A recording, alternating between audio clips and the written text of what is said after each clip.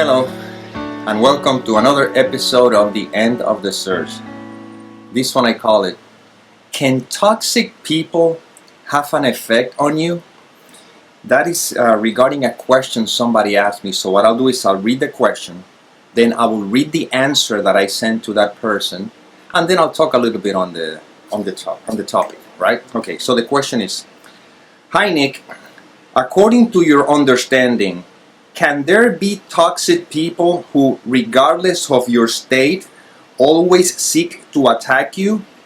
For example, if you are calm and suddenly someone addresses you with a comment in which you detect rudeness, couldn't this be evidence that an attack can come from outside? There are many videos on the internet about toxic or narcissistic people and how to protect yourself from them. Doesn't this seem to show that sometimes it's others, not you, who are causing the confusion? An overprotective mother, for example? Well, this is the answer that I offered. Because the world is dual, there will always be all kinds of behavior. But your reaction to it does not depend on what comes from outside, but on how you are interpreting that scene based on who you think you are. When you are aware of who you are, the images can say what they want and behave however they want, but they will have no effect on you. This reminds me of this excerpt from A Course in Miracles, which states, "The secret of salvation is but this, that you are doing this unto yourself. No matter what the form of the attack, this still is true. Whoever takes the role of enemy and of attacker, still is this the truth. Whatever seems to be the cause of any pain and suffering you feel, this is still true. For you would not react at all to figures in a dream you knew that you were dreaming. Let them be as hateful and as vicious as they may.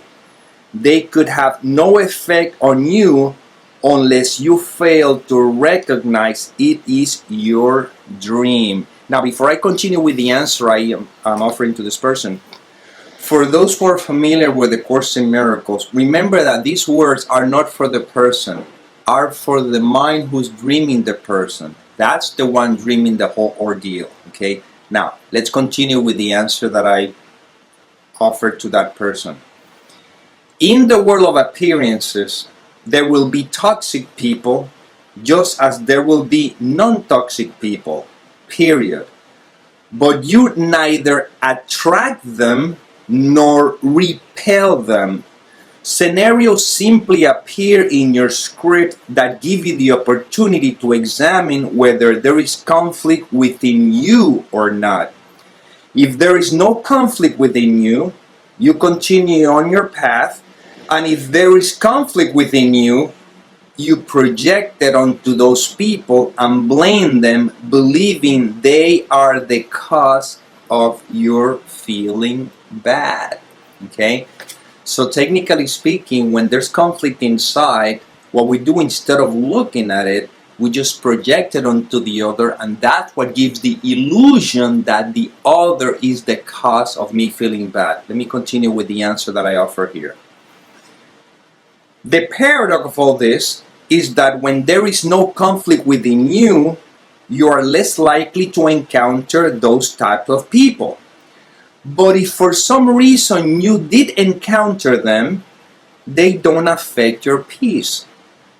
And for the purpose of an overprotective mother, which is the last part of his question, assuming the baby or the child is the victim, it could be deduced that this is part of the script the child must live out, because it will teach him or her the lessons necessary to eventually let go of identification with the false sense of identity and awaken to its natural state. Therefore, I am not one to judge each person's journey, but the only thing we can remember is that we are not this body we have believed ourselves to be, but rather the essence itself, which has nothing to do with this dualistic experience. Ultimately, every event arises with the purpose of making us aware of the truth without being distracted by the world of appearances. This reminds me of these two excerpts from A Course in Miracles on one stage. All things work together for good. There are no exceptions except in the ego's judgment. And the second excerpt. What could you not accept if you but knew that everything that happens, all events, past, present, and to come, are gently planned by one whose only purpose is your good? I quoted a few quotes from A Course in Miracles because that's what came through, but you don't have to be a student of the Course, and I'm not trying to suggest you should study it or not. It's just like they really help for the answer that I was sharing here. The second thing to remember, that the Course or truth or whatever, it's never speaking to the person, because the person is a projection. But because the mind is identified with the person, it seems as though it's talking to the person. But this is not your dream, and everything works together for good implies works together for the awakening to reality. But we're always remembering that what we are is that in which all of this seems to appear and disappear. We must never lose sight of that, because then you might say, okay, I'm gonna make sure that nothing can bother me, you know. But in reality, it's still the sense of identity and the feel that is underneath. It's really what determines whether I'm being bothered or not, even when the mind may suggest that I am not bothered, everything is fine. We can fool others, but we cannot fool ourselves. So, as you rest in presence, because the truth is the only thing that matters most, then observe how when you don't identify with the content of the mind, you can rest in that peace underneath, which is what this is pointing to.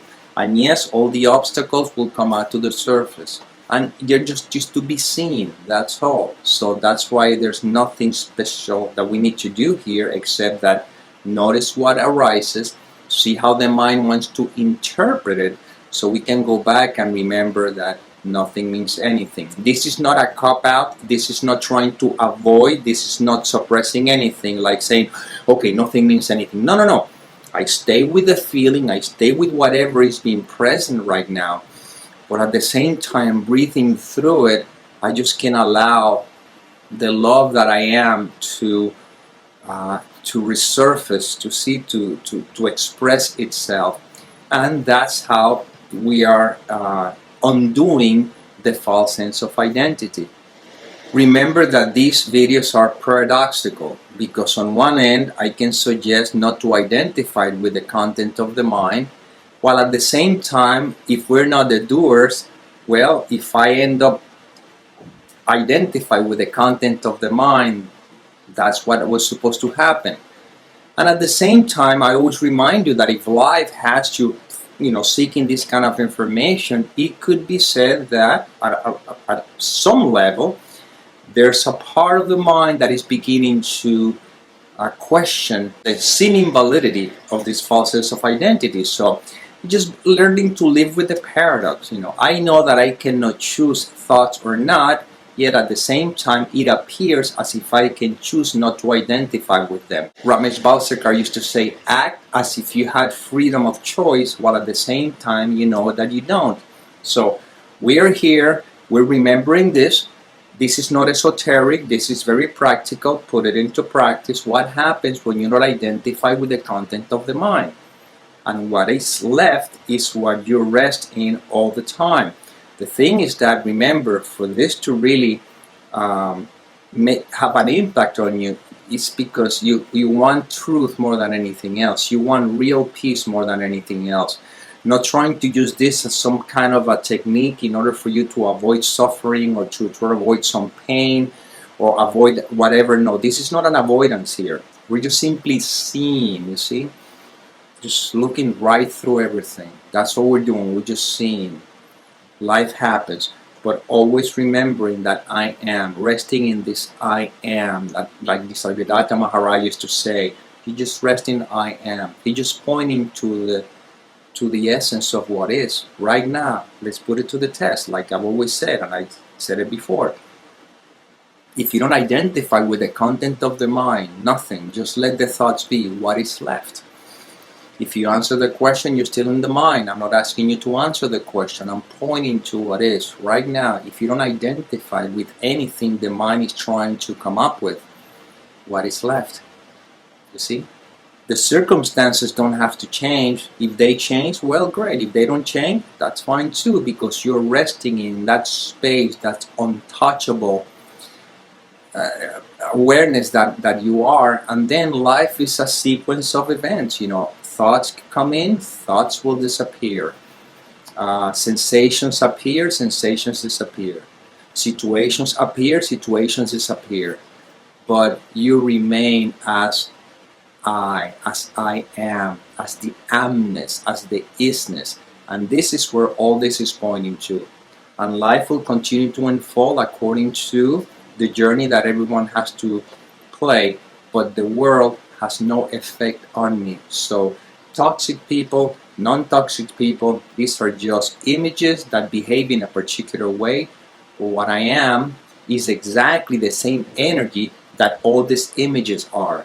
So if you don't get caught up in the behavior and you can see past through that, you realize that toxic people are non-toxic people, they're behaving according to their conditioning.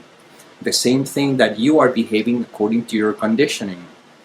But when you know that you're not the conditioning, you can also see that they are not their conditioning either, and that is how you both meet in what is that, again, words cannot describe. I think Rumi used to say, between right doing and wrong doing, there is a field. I'll meet you there. Well, in the silence, the ever-presence of what is, this is the field, and the invitation in these videos is to meet in that field. That's inspiration that came through this instrument. I hope it served. And as always, may peace permeate the mind so that love can be extended.